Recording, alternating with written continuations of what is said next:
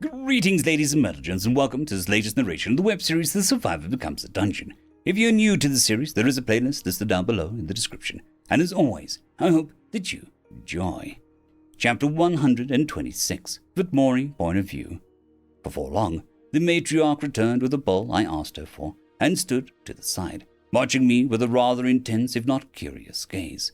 While I usually don't get nervous under pressure, there's a stark contrast from facing down a horde of zombies who are licking at your heels, to having to deal with the pressure of someone's beloved watching you while you work.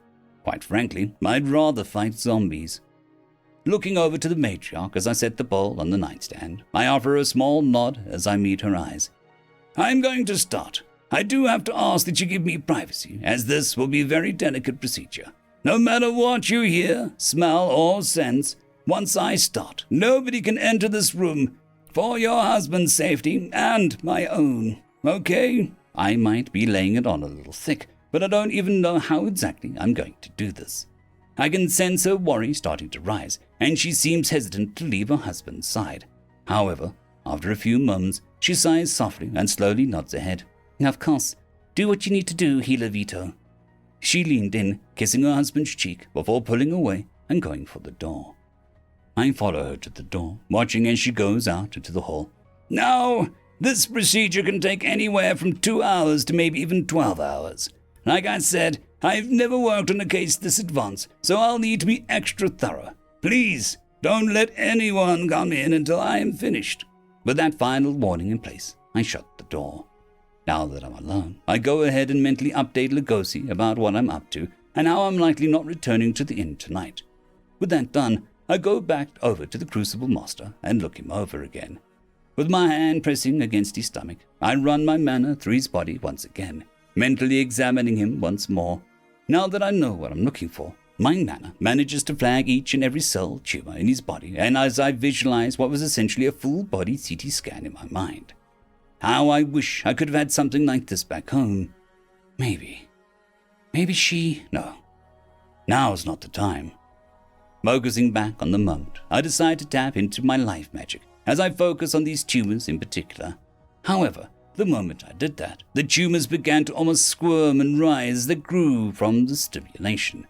I cut off the flow of healing mana as quickly as I could the moment I sensed the change and pulled away as I looked him over again. Damn, his stomach looks distinctly more swollen than earlier.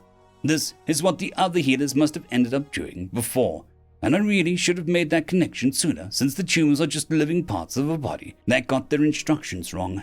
I can't just dive into the sky without thinking about it, and I shouldn't try handle everything on my own if I want to get this done properly. But who can help me? Right, I'm not alone right now, am I? Reaching into my inventory, I pulled my 2 healer zombies from storage, along with the muscle-bound zombie mutant. The trio stood around, looking around the room with vague interest, before focusing on me as I sensed that they were waiting for my instructions. I briefly considered the 3 of them for a moment, between some of the memories of Rita's time at the Magic Academy she attended, and the things I've learned from Ravaya. I know that my zombies are definitely not like the undead of this world. The closest comparison I've managed to find is something along the lines of a flesh golem.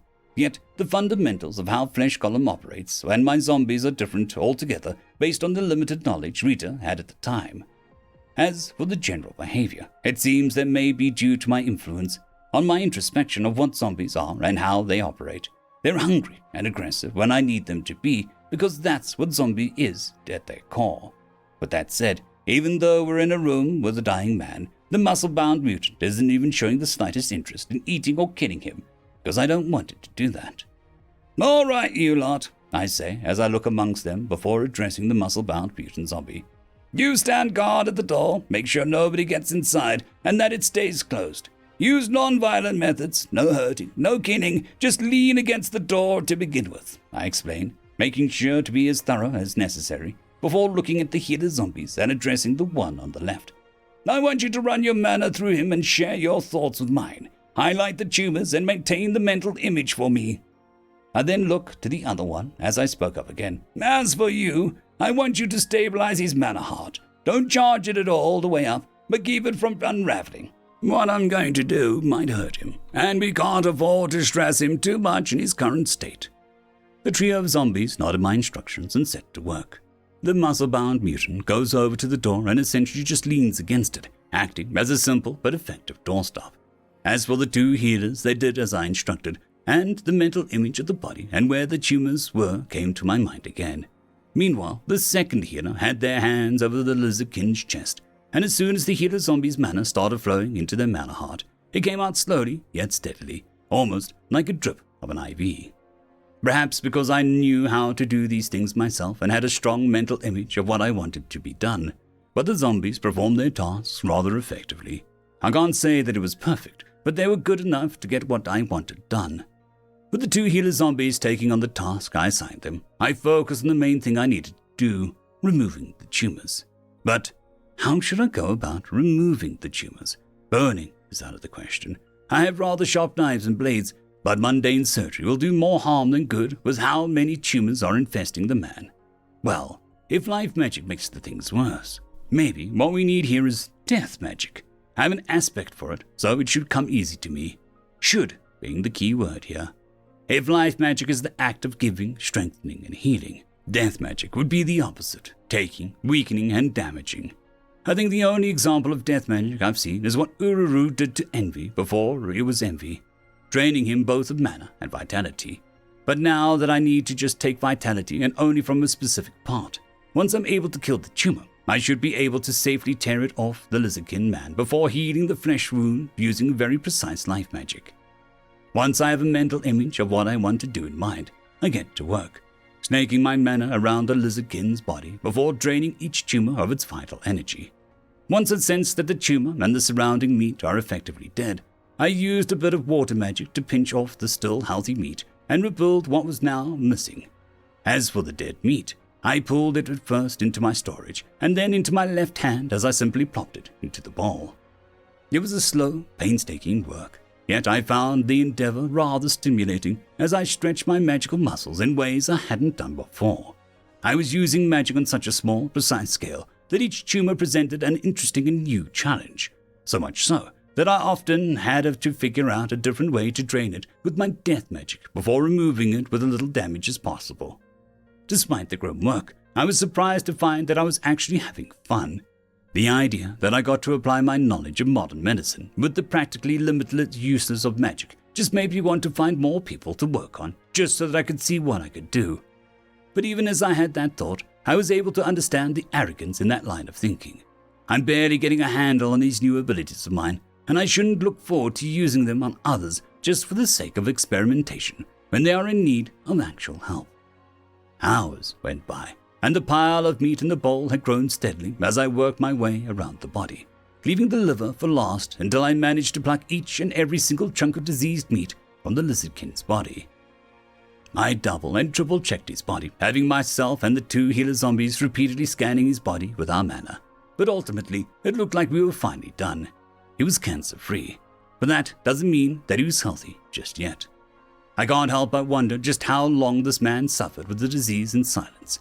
The amount of deterioration I'd seen couldn't have taken place in just 4 weeks, even with the consideration that whatever healers had come to see him, unfortunately, sped up the severity of his condition. It took another few hours as I slowly worked on painlessly fortifying everything that I could think of.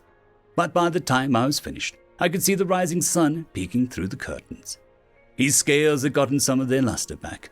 He wasn't as gaunt anymore, and I even went as far as to restore some of the deteriorated musculature. Thanks to the second healer zombie, even his mana heart had gotten its strength back, and his rings looked stable, if not still a little weak. All in all, as far as I could tell, the Crucible Master just needed another week of bed rest, exercise, meditation, and lots of nutritious foods. Looking around at my healer zombies, I couldn't help but smile as I patted their shoulders. "Good work, you two. Your help was invaluable," I enthused to them as I went about putting them into my storage once more. Even though they didn't have egos, I got the impression that they were pleased with their efforts, somehow. Maybe I'm just anthropomorphizing them with emotions they didn't actually have, or maybe it was something lingering within the shadow of who they used to be. Regardless, I approached the muscle-bound mutant and patted their shoulder too. "Thank you for your diligence," I say simply, and pulled them into storage as well. Stepping outside of the room, I'm surprised to find the matriarch sleeping right beside the door. She was huddled in a ball with a blanket that looked to have been draped around her shoulders. Her head was rolled over on the side as it looked like she must have dozed off unintentionally at some point throughout the night. Getting to one knee beside her, I do my best to be as gentle as I very lightly tap her shoulder. "Ma'am," I call to her in a low voice. "Ma'am, wake up." I try again, while continuing to lightly tap her shoulder. After a few more moments, she started to stir, looking a little uncertain of her surroundings, until she looked up at me, at which point I sensed it all rushing back to her as she suddenly grabbed me by the shirt, looking me deep in the eyes. Is he?" she starts to say, though the words get caught in her throat, as she doesn't dare put them out into the world. I simply offer a kind smile as I bob my head.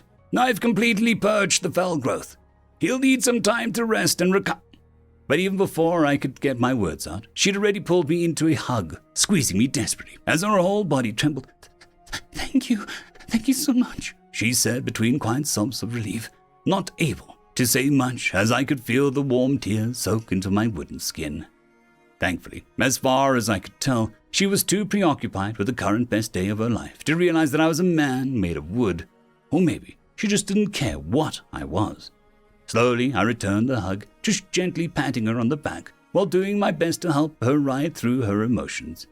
After a few moments, though, I offer a bit of a smile as I softly speak up.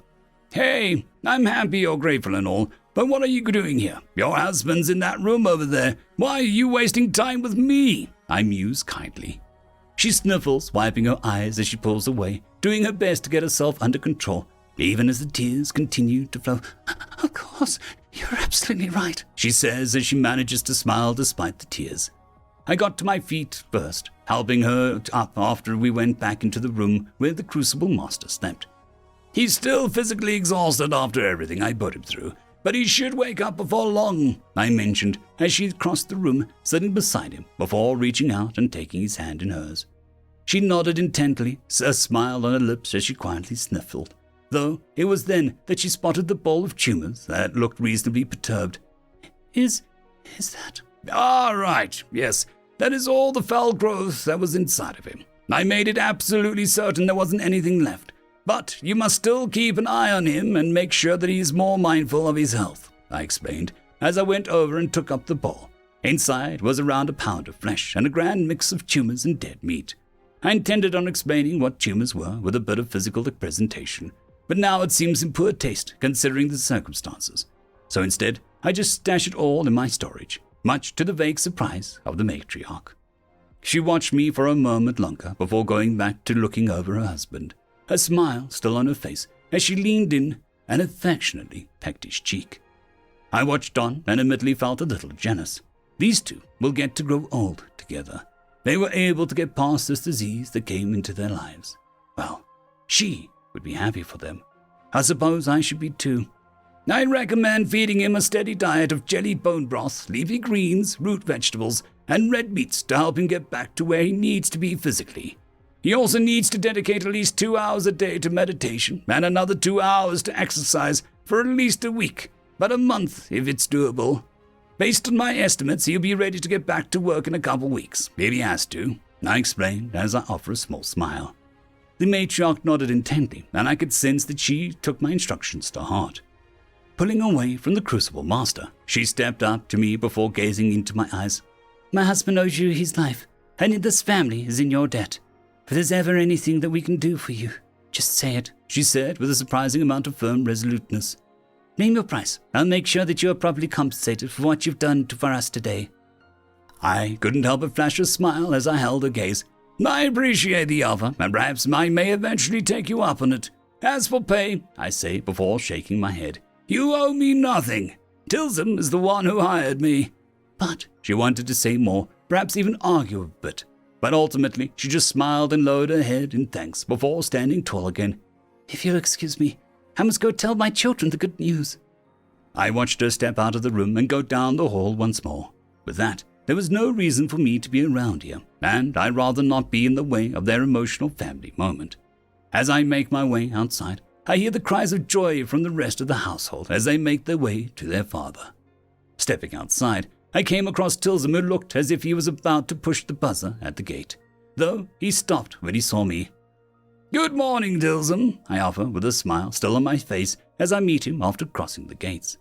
Tilsum looked up at me, and I could sense the question he had on his tongue, and the trepidation that he had about asking it. Is it a good morning?" he asked after a few moments. I just chuckled softly at his expense before nodding once. "Yeah, it is a very good morning." At that, a warm smile grew on the man's bearded face as he bobbed his head in response. "I'm glad to hear that." With that, he reached into his satchel on his hip, and before procuring a small, ornate chest with a latch keeping it shut. Flipping the latch, he turned the chest to face me and opened it, revealing 3 rows of golden coins. There were easily several dozen inside, and they all practically glittered in the morning light. "Here's your pay. You've not only saved the future of my guild, but you saved a dear friend of mine." I still couldn't help but smile as I looked between him and the chest before meeting his gaze again. "It's only business. You hired me after all," I mused while plucking up 4 gold coins from the chest, bouncing them in my palm. Tilsum clearly looked confused by this, and he looked down between me and the box, though I spoke up before he could get his words together. "Remember, you offered me 4 gold pieces for the job," I mused with a mischievous grin on my face as I started walking off, still bouncing the coins in a playful way. "See you tonight for the smelting work." End of chapter.